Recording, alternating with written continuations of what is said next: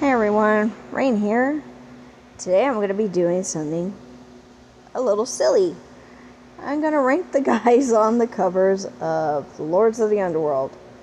Why? Because I'm bored and I thought it'd be fun. And also you could see my bias because yay. I am going to judge them by the characters they're representing. So straight up, sorry William lovers. You ain't gonna like where I put him. Speaking of which, let's get started. I'm ranking these from 15 to 1. 15 being the bottom, 1 being the top. Because there's 15 of these characters. Even though technically 1 is not a lord. At least not in the sense of the other ones. Because we meet them in, near to the end of the books anyways, but whatever. I'm not gonna get into it. And we are starting with number 15. William. Honestly, this guy wasn't being William, I'd probably put him higher. But I don't like William. If I was going on his own merits and not who he's representing, he'd be a lot higher. Sorry, dude. Somebody's got to be on the bottom. Anyway. Up next, we got Kane. He's number 14. I mean, the model kind of looks a little chunky. Like, not super chunk, just like little chunk rather than muscly. So, it's kind of funny. Sorry, these guys are continuously described as having abs for days. And I'm just like, this does not look like a dude that's got abs for days. Up next at number 13. Took me a minute to remember where I'm at. It's kind of sad. We have Torin. Looks pretty cool. The picture kind of washes out the top half of him, so it's kind of hard to see exactly, with his blonde hair on a white background. It's just like, we are guaranteeing you will not see him. Next at number 12.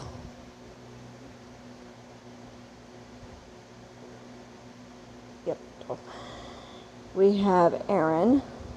He's got a good back. I can say that much. But it would have been nice to be able to see the front, but I know, back in the day when they were kind of caring about where all these tattoos were going, his was on his back, so where his wings were. Was he the one that had the wings? I know one of them had wings, besides Gideon. I don't know. Up next at number 10, we have Amun. He's alright.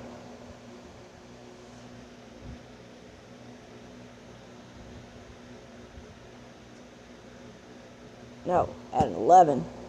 Sorry. I'm getting confused. It's like Sarah should know how to count. But we do not. Up next, we have Paris at number 10.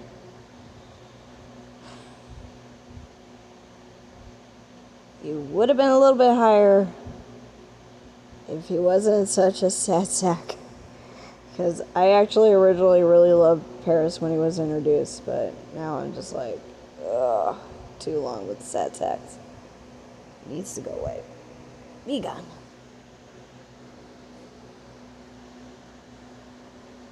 And we have number 9. I find it funny, the two covers with chicks on them are right next to each other. But even though Camille is the Lord in this case, I am judging by the guys. And what I remember of Lazarus, he was okay.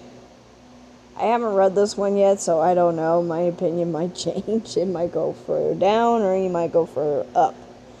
I don't know yet. But we'll find out when I actually read it.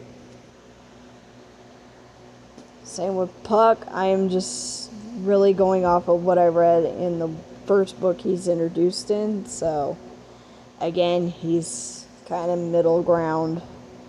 Like, I don't like him, I don't hate him. He's just middle. It's middle of the road. But his model looks cute.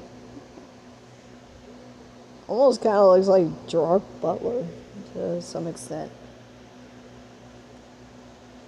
And then here we have at number 7, Maddox. Yet another one, just presenting us with a back. It is a fine back, but I would have preferred a little bit better shot of his face, but whatever.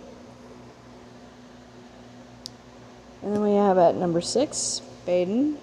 One of the few that gives us a full facial shot, and you can actually see it. I like Baden. Don't really like the chick he ends up with. She really likes associating people with dogs, and it's just weird. I mean, I compare kids to dogs, but it's more like because of the amount of work you have to put into them is pretty similar.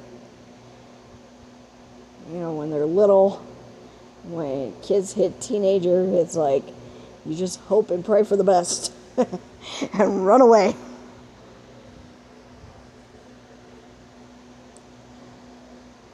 And then we have Rias. I have no idea, but that's how his name is spelled. At number 5. Pretty cute. Alright. Just at the top. Tragic boy without going over the top in tragedy. Then we have number 4, Lucien. Not exactly how I imagined him in my head, but again, that's one of the problems with reading, and then they try to make them real. It's like, wait, what? Of course, in the book, he's all scarred up, and it's just like, there's something be missing. Where are them scars at?